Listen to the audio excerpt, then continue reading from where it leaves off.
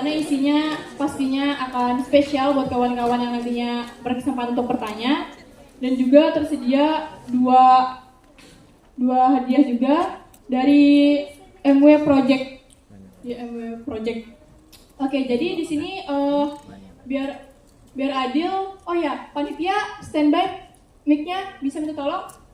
Mana nih panitia? Di sisi kanan saya dan di sisi kiri saya standby. Oke, jadi di sini kan kita terbagi dua materi. Untuk materi pertama saya silahkan 4 penanya. Terus untuk materi kedua juga saya silahkan 4 penanya. Nanti sebutkan nama, pertanyaan, lalu diarahkan ke pemateri yang mana, gitu. Oke, sabar dulu dong, gak sabaran banget nih. Oke. Langsung sorot lah, namanya. Baik, pada ketika saya menyebutkan angka 3, maka boleh angkat tangan. Jika tidak sesuai aturan, maka tidak dianggap. Oke, siap. Baik, untuk pertama kita ambil 4 penanya dulu ya. Di Zoom bahkan. Silahkan sebutkan nama, tadi pertanyaan, dan juga diarahkan kemana, jangan lupa. Oke, 1, 2, belum sabar dong. 1, 2, 3. Masya Allah.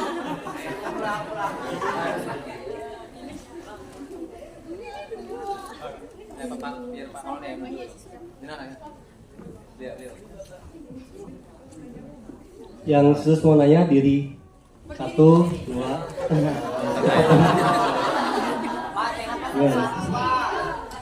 Oh, ya dari kanan. Saya jadi nggak enak, semua semangat. Ulangin ya. Iya. Moderator aja. Soalnya ini semangat semua. Ini satu nih, boleh nih satu. Semester akhir. Oke, kepada kakak semester akhir yang pertama bertanya. Nanti dari sisi kiri kanan tengah akan kebagian ya. Oke. Baik, bismillahirrahmanirrahim. Assalamualaikum warahmatullahi wabarakatuh. Baik, perkenalkan nama saya Salva Susila. Saya dari manajemen pendidikan. Alhamdulillah sudah semester akhir. Sekarang masih masa-masa skripsi. Oke, untuk saya bertanya kepada Mas Maulana. Baik, sebelum bertanya saya ingin cerita terlebih dahulu, cerita singkat mengenai usaha saya. Sekarang usaha saya alhamdulillah sudah berjalan 1 tahun dan sekarang sudah bisa membiayai kehidupan saya dengan saudara saya sampai saya sudah mengalokasikan biaya-biaya tersebut untuk persiapan wisuda saya, dan tadi tujuan saya adalah ingin mengumrohkan kedua orang tua saya kepada suci Allah. Amin. Terus saya itu punya usaha basreng, Pak. Sekarang tuh sudah tersebar di Universitas Timik, UPR, dan di sekolah-sekolah lainnya. Nah, omset saya itu setiap dua minggu sekali itu sekitar 8-10 kilo. Nah, yang ingin saya tanyakan itu bagaimana cara saya lagi begitu untuk meningkatkan penjualan saya tadi dan branding saya tadi. Dan ada beberapa teman-teman saya yang berada di zona semester akhir juga, mereka juga beberapa dari ekonomi syariah, mereka juga bertanya kayak gitu, siapa gimana kayak gitu, siapa usahanya gitu. Saya ini kurang pintar gitu untuk semangat mereka kayak gitu untuk memulai bisnis. Yang pasti bisnis itu teman-teman, kita jangan mikir ruginya dulu ya. rugi itu pasti, karena itu resiko kita berwirausaha. Mungkin itu Pak yang ingin saya tanyakan, bagaimana saya meningkatkan penjualan saya tadi dari 8-10 kilo menjadi lebih banyak seperti itu. Terima kasih. Wassalamualaikum warahmatullahi wabarakatuh.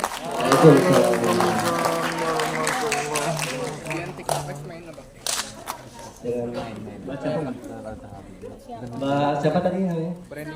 Mbak Salva. Insya Allah the next yang pemateri ke depan ya. Amin. Alumni. Sebenarnya bisa dibukakan materi saya yang tadi, Mbak Cita. Materi saya yang tadi. Jadi materi tadi itu baru separuh ini. Tapi jawabannya ada di situ. Jadi bisnis tadi salah satu yang Mbak Siva membuat beliau jadi bersemangat, termotivasi karena ada tujuan, bukan tentang dirinya sendiri. Atau bahasa dari Ustaz tadi kebermanfaatan ya.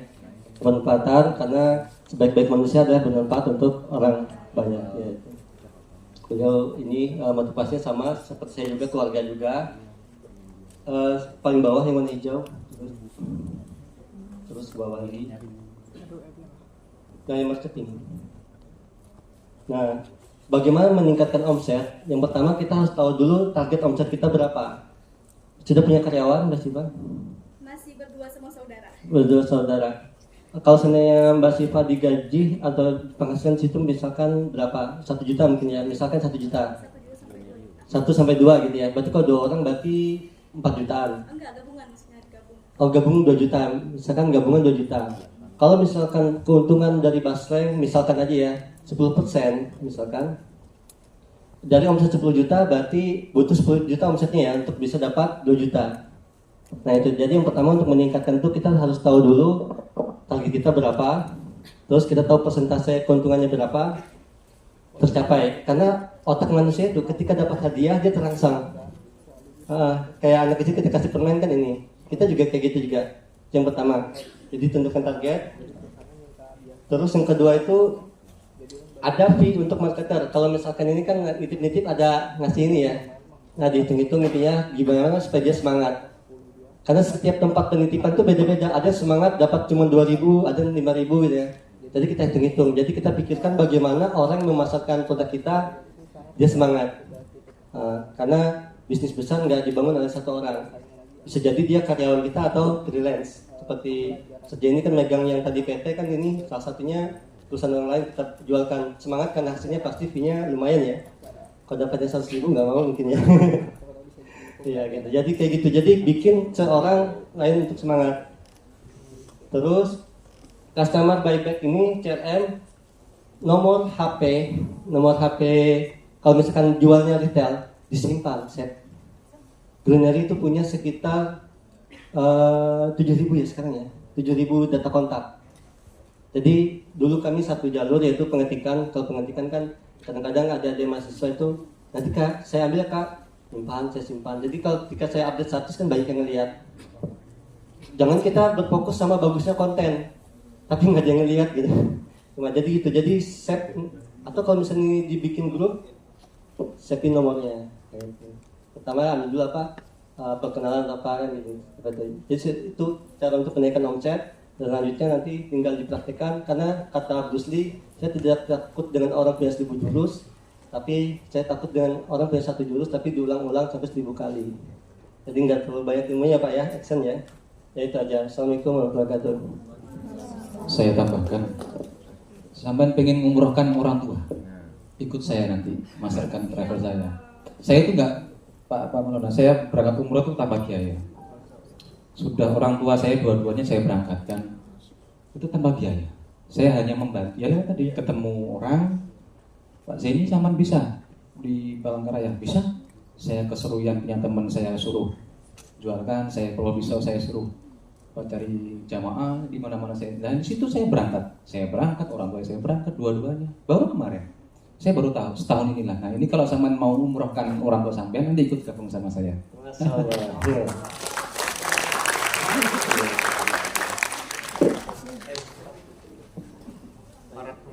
Oke, kita lanjut ke penanya selanjutnya.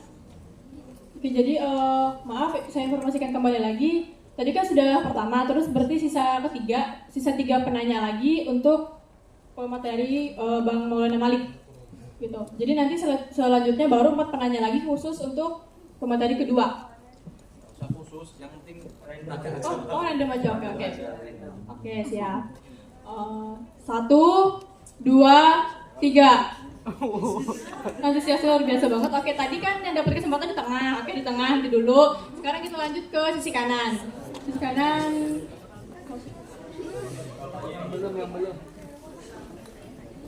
Yang kita cari yang belum. Oke, gantian ya. Oke, saya mau yang itu pakai kacamata, kerudung hijau, siap. Silahkan berdiri. Panitia.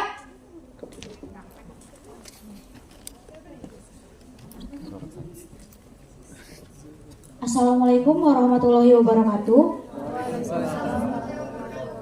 Perkenalkan, nama saya Adela Novita dari SMA Negeri 2 Palangkaraya. Jadi di sini saya ingin bertanya, sebelum bertanya saya ucapkan terima kasih karena sudah mengizinkan saya untuk bertanya. Seperti yang kita ketahui, banyak dari pelajar zaman sekarang yang ingin untuk berwirausaha. Salah satunya saya sendiri. Nah, jadi pertanyaan saya di sini, bagaimana cara menumbuhkan jiwa berwirausaha di kalangan pelajar, terutama pelajar SMA seperti saya sendiri? Dan bagaimana sih cara menumbuhkan semangat berwirausaha dalam diri kita? Sekian pertanyaan dari saya. Terima kasih. Wassalamualaikum warahmatullahi wabarakatuh. Waalaikumsalam warahmatullahi wabarakatuh.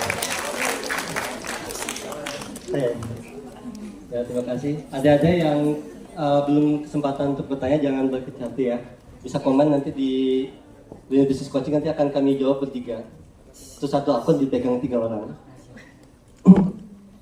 Jadi Mbak, siapa tadi? Adela ya, Mbak Adela. Profesi orang tuanya wirausaha atau pegawai? Wirausaha juga ya. Nah, berarti jalur yang tadi ya sudah. Yang pertama itu tadi ada jalur terpaksa. Bisnis itu memang ini ya, untuk memulai itu tidak harus pintar. Yang harus pintar itu ketika kita mengembangkan. Kalau misalkan kita langsung pintar, maka realita kita itu akan membatasi kita. Dan kebanyakan malah, saya kebetulan SMA-nya akuntansi. Akuntansi itu kan hitung-hitungan. Jadi sudah ngitung duluan nanti rugi gitu. Jadi ketakutannya tambah tinggi. Kalau untuk memulai, bodoh aja. Tapi punya semangat. Tapi kalau untuk mengembangkan, saya yakin mulainya juga nggak langsung pintar ya Mbak ya. Sampai omset seperti itu. Tapi ketika mau mengembangkan, harus pintar. Karena seperti ini, kalau kita membangun gubuk, harus bisa tukang nggak? Enggak kan? Tinggal paku jadi gubuk. Tapi kalau kita mau bangun rumah, bangun gedung, baru harus, kalau rumah bisa masih tukang, kalau gedung harus arsitek ya. Berani nggak kalian bikin gedung tinggi pakai jasa tukang aja? Berani? Berisiko banget ya. Kalau gedung sampai 100 ini, itu pun kalau kualifikasi tukangnya, arsiteknya itu ada standarnya lagi. Kalau sudah usaha seperti Wardah, itu harus memang pintar dan merekrut orang-orang pintar. Kalau kami mau meningkat jadi korporasi juga harus rekrut orang pintar. Dan ini kami juga ada lowongan kerja ya, yang kerja sebagai staf produksi. Ya kalau misalnya ada yang berminat, boleh sambil kuliah boleh. Atau sudah lulus ya, boleh nanti Glenary ada buka peluang kerja. Kalau misalkan mau kerja. Jadi seperti itu. Jadi kalau misalkan mau wirausaha itu tidak harus pintar, yang penting kita punya kemauan dan punya purpose tadi. Tujuannya apa? Karena tujuan itu yang nanti membuat kita tuh jadi belajar. Kakak-kakak di sini seperti Kak Albi masuk sini pasti nggak langsung pintar. Anak SMA dan kuliah pasti beda kan. Saya ada tim, salah satu tim dia lulusan STM dan ranking 1. Tapi karena dia ngerjakan skripsi anak-anak kuliahan, yang sering anak-anak kuliah itu mengeluh, kepusing atau apa, jadi dia nggak kuliah. Sudah tak motivasi, dia kuliah, nggak kuliah dia. Kayaknya kuliah itu bikin pusing karena skripsinya. Karena dia keburu tahu kalau skripsi itu pusing gitu ya. Padahal dia seperti ini, pernah main barbel? Nah ya, kalau kita baru-baru kan masih 1 kilo kan. Nah dia tuh melihat yang orang ngangkatnya 50 kilo. Akhirnya, kayaknya berat banget wirausaha gitu kan. Tapi bagi orang yang sebenarnya tadi itu walaupun mengeluh, mahasiswa tadi ngeluh selesai skripsi, tapi dia sudah mampu sebenarnya ngangkat, cuman tetap berat gitu. Yang anak yang baru tadi ngelihat, kayaknya bikin pusing aja. Apalagi ya ada embel-embel misalkan jadi sukses nggak mesti harus kuliah gitu kan. Nah jadi akhirnya mau melunturkan malah. Jadi seperti itu. Jadi yang pertama memulai bisnis yang penting ada tujuan, keinginan untuk bermanfaat untuk orang lain, tidak harus pintar. Tapi ketika sudah dimulai harus pintar. Kalau enggak nanti kena tipu, terus bangkrut ya. Saya sudah bilang tadi saya sudah tobat dari hutang itu pintar, harus pintar kita tentang hutang tadi, bukan sekedar bisa berhutang. Karena jadi pengusaha itu kita tinggal ngomong dikasih hutang berapa gitu. Karena tidak ada slip gajinya. Tapi itu bisa kalau kita nggak pintar, nah menjatuhkan kita karena kita nggak bisa kompeten di situ. Nah, sudah terjawab ya. Ya, dimulai aja, tidak harus pintar, tapi ketika sudah mulai harus belajar supaya pintar. Ya, assalamualaikum.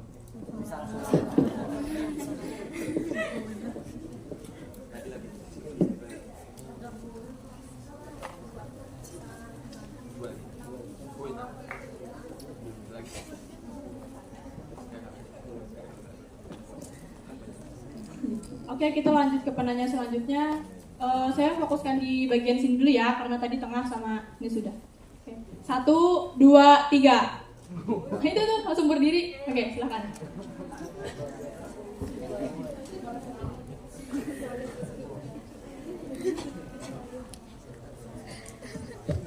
Baik, sebelumnya terima kasih atas kesempatan yang telah diberikan. Assalamualaikum warahmatullahi wabarakatuh. Perkenalkan, nama saya Fauzan dari Fakultas Ekonomi Bisnis Islam, perwakilan delegasi HMPS Manajemen Zakat dan Wakaf. Mohon izin bertanya, punten Pak, ini tentang permasalahan generasi Z atau generasi milenial lah sebutannya. Kan kita sekarang generasi milenial atau Gen Z sebutannya lebih suka mengawali bisnis yang sifatnya itu istilah gaulnya freelance lah, atau dimanapun, kapanpun bebas, tapi kerjanya jalan, pemasukannya jalan. Berbeda dengan zaman bapak kan, zaman dulu generasi bapak pemuda, betul nggak betul? Iya. Ini untuk maaf, ini pertanyaan untuk Bagus. Kalau generasi bapak dulu kan itu pemuda-pemudinya dididik oleh orang tuanya sangat keras, tegas, dan disiplin. Sehingga meskipun istilah kata ekonominya kepepet, masih mau untuk mengawali bisnis yang lain meskipun gak suka gitu. Gak mandang bahwa bisnis itu, oh ini bisnis ini rendahan, bisnis ini dipandang orang itu sebelah mata gitu Pak.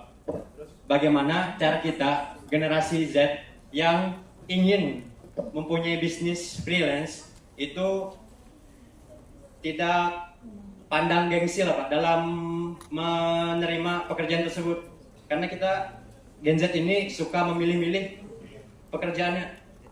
Siap. Nah itu untuk dari sisi Gen Z-nya, dan sekarang untuk dari sisi seorang pengusaha yang mempunyai cabang. Dan untuk dari seorang pengusaha yang memiliki cabang, menurut Bapak bagaimana cara memilih karyawan yang loyal terhadap usaha yang dikembangkannya? Apakah karyawan yang 0% skill tapi mempunyai 100% kemampuan, atau karyawan yang mempunyai, maksudnya yang ahli di bidang maksudnya, atau karyawan yang mempunyai 100% skill tapi dia sudah menetapkan gaji nominalnya berapa? Cukup sekian dari saya. Assalamualaikum warahmatullahi wabarakatuh. Langsung saya jawab. Mas siapa Aldi ya? Fauzan ya Mas Fauzan. Makasih Mas Fauzan. Ini salah satu ini ya pengusaha pejuang bertumbuh dan berdaya. Mas Fauzan, Gen Z kita masih ya tua sini ya. Ya sudah enggak, katanya kan batas umur manusia itu nggak bisa berubah, katanya umur 40 tahun ya. Kalau Islam gitu Pak ya, Pak Ustadz ya 40 tahun. Saya tinggal 2 tahun lagi. Jadi orang-orang seperti anak muda ini, saya kan pernah bilang saya kagum juga sama Mas Arif. Dia termasuk orang milenial, muda aja saya. Beda berapa tahun kita? 10 tahun nggak? Betul. Umur kita 8 sampai 10 lah. 8 tahun beda. 8 tahunan lah, jauh kan generasinya. Dan dia bisa mengeluarkan uang 200 juta dari cara tadi, mencari yang mudah-mudah tadi.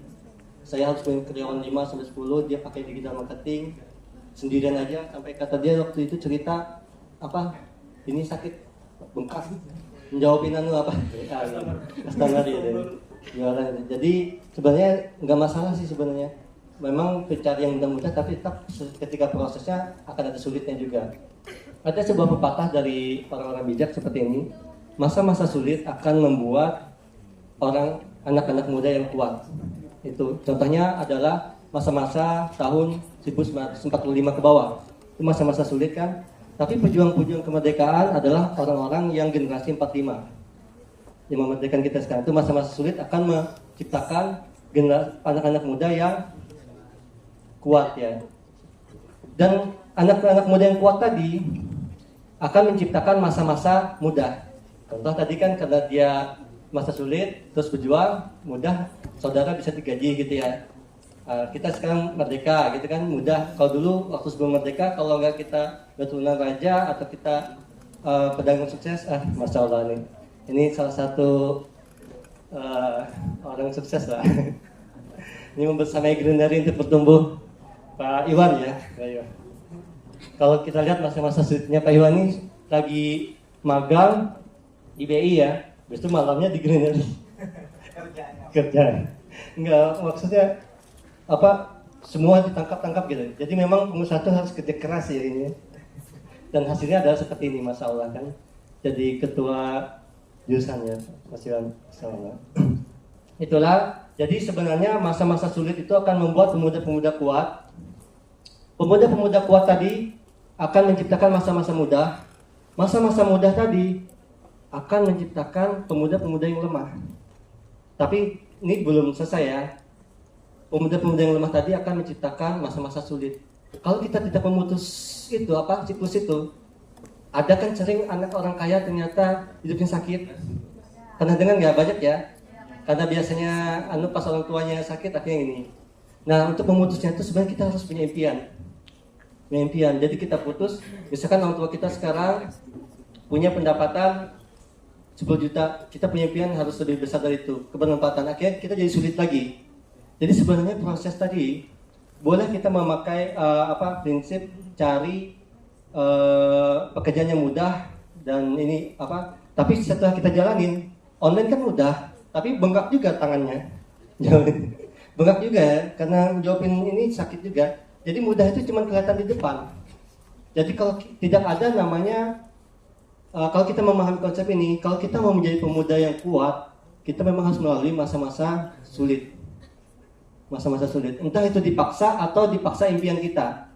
Kalau dipaksa tadi seperti Ustadz Jenny kan dipaksa keadaan. Nah kalau ini misalnya dipaksa keinginan mau menghajikan atau mengumrohkan orang tua, akhirnya jadi sulit kan. Dan kalau misalkan mau nggak dikembangkan, saya juga bisa kan, sudah bisa menutupin ini kehidupan. Tapi karena ingin ini ada ini, akhirnya melalui masa sulit lagi. Tapi disitulah ternyata masa-masa sulit itulah yang akan membuat kita menjadi kuat. Itu aja.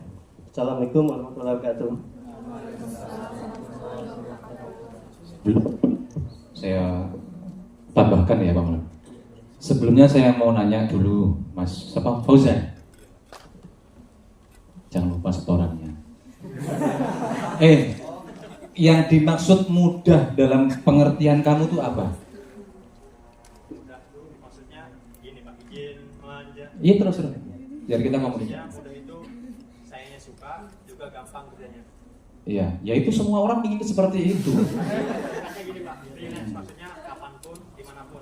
Iya dong, semua orang juga seperti itu. Kita juga seperti itu. Sekarang kamu tahu di Shopee itu, jualan di Shopee itu apa yang gak ada di Shopee? Batu kerikil, ya kan? Ada loh di Shopee itu. Terus apa ini? Daun pisang ada di Shopee. Mudah nggak? Ya ini zamannya. Yang tidak boleh itu, tadi saya katakan ada batasan-batasannya. Kamu memosting HP iPhone iPhone yang kamu kirim HP Oppo. Lah ini yang nggak boleh, gitu loh. Nah memang sekarang ini nggak bisa kita melihat melawan zaman ini nggak bisa. Ya kita ikuti, tetapi harus juga melihat sisi-sisi peluang dalam segi usaha itu apa. Ya kita ikuti, nggak masalah. Kalau itu memang bisa kita ikuti dan harus kita ikuti karena kalian hidup di zaman itu. Nggak bisa kalian nanti kemudian hanya berukurannya nanti ikut sama orang tua, nggak bisa. Saya pun harus belajar dengan orang-orang di remaja saat ini. Harus update dengan Pak Maulana, informasi-informasi tentang bisnis terkini itu apa. Itu harus update juga. Nah, semua orang juga menginginkan kemudahan seperti itu. Bener nggak? Ya kan? Jadi mulai besok diposting batu. Apalagi tadi yang kedua apa? Yang kedua? Izin mengulang pertanyaan Ya. Kalau pertanyaan keduanya itu tentang seorang pengusaha yang membuka cabang. Terus bagaimana cara pengusaha tersebut bisa mempunyai karyawan yang loyal? Ya, yang loyal apa yang pinter tapi minta patok gaji gitu. Ya, begitu, Pak. Ya, kalau bisnis kita lihat dulu Pak. Ini mohon maaf saya nanti sama tambahkan ya. Kalau pengalaman saya, kalau usahanya masih di wilayah mikro, apa misal UMKM, yang penting orangnya itu nggak punya potensi nggak masalah. Yang penting dia punya kemauan, syukur-syukur dia punya kebutuhan. Dia punya kebutuhan. Nah ini yang lebih enak kita atur. Oke Pak. Kalau nggak punya, apalagi dia ini hanya coba-coba, kemudian cari pengalaman, nah itu repot Pak saya. Ngatur orangnya ini repot. Nah, tapi kalau punya dia butuh bener-bener yang ikut saya itu contoh yang anak itu loh Pak, anak PAI kalau nggak salah si Samsul itu dia memang bener-bener anak nggak punya orang pangkal sana, orang nggak punya pengen kuliah sama kayak seperti saya, jadi sampai bisa bangunkan rumah orang tuanya, sampai beli sapi, sampai beli motor, padahal sambil kuliah dia kerja ikut saya.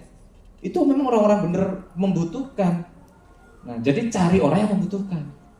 Nah, kalau untuk masalah skillnya itu bisa kita didik bisa. Kayak tadi Pak Maulana bukan basic orang ekonomi, bukan basic seorang pebisnis, dia basicnya apa? Pertanian. Tapi dia bisa kita gali untuk apalagi seorang karyawan pressing terus, diajarkan tiap hari, di briefing tiap hari, bisa insya Allah. Jadi yang penting apa? Yang penting yang pertama kejujurannya, integritasnya, ya kan? Itu yang penting. Kemudian kemauan dia ingin maju itu juga harus. Kalau dia hanya coba-coba cari pengalaman, kalau itu jangan deh. Saya juga sering Pak dapat karyawan cuma dua bulan, belum sampai 1 bulan ada juga yang pamit gara-gara itu. Dia apa ya? Kurang. Ini mungkin dari saya sekian, nanti ditambahkan sama Pak Mono. Sebenarnya kurang lebih ya jawabannya. Tapi bisa dibantu dengan slide tadi. Ini sudah kirim ya, sedikit lagi. 1 slide bisa ya. Slide-nya. Sudah selesai. Ajan Belum. jawab ya. Slide dulu. Ke bawah lagi. Ke bawah lagi. Ke bawah.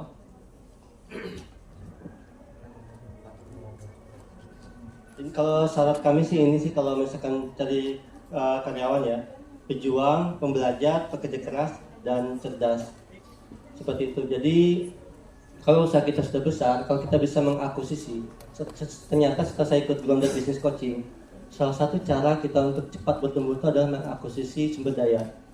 Salah satunya itu mengakuisisi tim juga. Kalau misalnya saya mendidik direktur saya, Mas Agus, itu pasti butuh waktu lama, tapi beliau sudah punya kapasitas. Jadi saya nggak terlalu banyak mikir, bahkan dia lebih pintar dari saya kan masalah bisnis itu. Jadi kita ini paling cepat untuk bertumbuh adalah mengakuisisi. Makanya seperti Samsung, dulu Samsung tuh sama Sony besaran Sony. Samsung tuh dulu cuma jualin barangnya Sony. Nah terus dia mengakuisisi direkturnya Samsung, digaji lebih besar daripada ownernya malah. Setelah itu menjadikan Samsung sekarang ada HP, ada TV, ada ini kan gitu. Jadi kalau kita mau percepatan, carilah elite captain kalau bahasa Grounded gitu. Kalau bisa kita mengakuisisi orang cerdas, itu lebih cepat bisnis kita. Tapi kalau kita misalkan nggak punya uang, ya kita harus mau mendidik orang. Satu mental block dari pengusaha itu adalah ini. Kalau pendidik nanti pintar, jadi pesaingku kayak gitu kan. Gitu. Jadi ada istilah dulu kita apa Pak Iwan? Kalau kita jualan bakso, kita jadi orang jual bakso, kita jualan yang di atasnya lagi dan lagi. Jadi nggak ini. Selama kita mendidik orang, kita harus lebih pintar lagi. Yang bikin kita takut itu adalah karena kita tidak berkembang. Akhirnya takut tersaingin. Tapi kalau kita berkembang, misalkan Mas Aldi mendidik adanya supaya pintar, tapi dia sudah lanjut lagi ke S2. Ini S1 lanjut lagi S3. Jadi pesaing nggak adanya. Enggak akan malah butuh nanti. Kalau pendidikan aku pakai. Nah gitu kan. Dan ternyata ketika wirausaha, seperti kamu dapat proyek kemarin itu sekitar 500 juta, nggak bisa dikerjakan sendiri. Akhirnya kawan-kawan percetakan yang lain minta bantuan kami. Nah kayak gitu. Jadi sebenarnya mencerdaskan banyak orang itu memudahkan kita juga ke belakang. Apalagi kalau kita misalkan bisa mengakuisisi orang-orang cerdas, itu lebih cepat. orang-orang sudah punya pengalaman itu lebih cepat. Tapi kalau kita tidak mampu, ya kita harus mendidik. Dan mendidik itu harus kita hilangkan mindsetnya. Terus yang masalah loyalitas, itu saya waktu pelatihan KPMI Entrepreneur School di Jakarta 6 bulan. Saya pernah curhat tentang ini loyalitas. Pak Iwan tahu ya sejarahnya ya. Itu diketawain saya sama ketua KPMI. Saya curhat tentang loyalitas kan. Kata dia ini sebenarnya loyalitas itu nggak ada. Loyalitas itu terbentuk karena kita sama satu visi dan tujuan, ada kebutuhan di situ. Jadi kalau saya sampai ditinggalkan terus dikhianatin, itu ada yang salah sama diri saya. Jadi saya minta dikasihanin, malah saya dibully ya. Karena sana pengusahanya ekspor, segala dibully. Kamu menyediakan apa untuk tim kamu? Fasilitas apa ya? Terus dia cerita, kebetulan owner Jahir Accounting itu kan salah satu pendiri KPMI. Owner CEO saya ditawari gaji lebih tinggi dari perusahaan sebelah kan ya. Sama-sama jasa accounting ya. Tidak mau, ternyata ada fasilitas ini. Makanya ketika di Greenery kita ada fasilitas kesehatan ya. Fasilitas kesehatan, terus ada makan siang, terus ada pelatihan ya. Nah itu, jadi kalau kita ngejar masalah gaji, itu kadang terkejar. Kita kasih 2 juta, yang lain 3 juta. 3 juta lagi 4 juta. Jadi loyalitas itu nggak ada, tapi adanya kebutuhan yang tercukupin. Gaji yang proporsional. Itu ya, dan kita ada fasilitas-fasilitas. Saya pernah ketemu sama mantan karyawan Citibank. Dia menyesal, dia keluar karena masalah riba ya, disuruh sama orang tuanya. Jadi ketika dia keluar, dia menyesalkan keluar tuh kalau di Citibank katanya dia hacis. Itu ke rumah sakit langsung diobatin. Salah satunya ternyata itu. Fasilitas obatnya tuh nggak terbatas gitu. Atau kemarin ada operasi 75 juta dibayarin. Nah model-model kayak gitu, kalau gaji kita nggak terkejar, pasti ada yang lebih tinggi lagi, ada yang lebih tinggi lagi ya Pak ya. Mungkin kalau fasilitas dari Ustadz juga sampai bisa beli rumah, pasti ada sesuatu yang di luar gaji seperti itu. Itu aja. Jadi loyalitas itu diciptakan, bukan kita inginkan. Seperti cinta itu kan diusahakan ya. Wah. Bukan dipaksakan gitu. Terima kasih atas jawaban dari para pemateri. Mungkin kita break sebentar karena azan.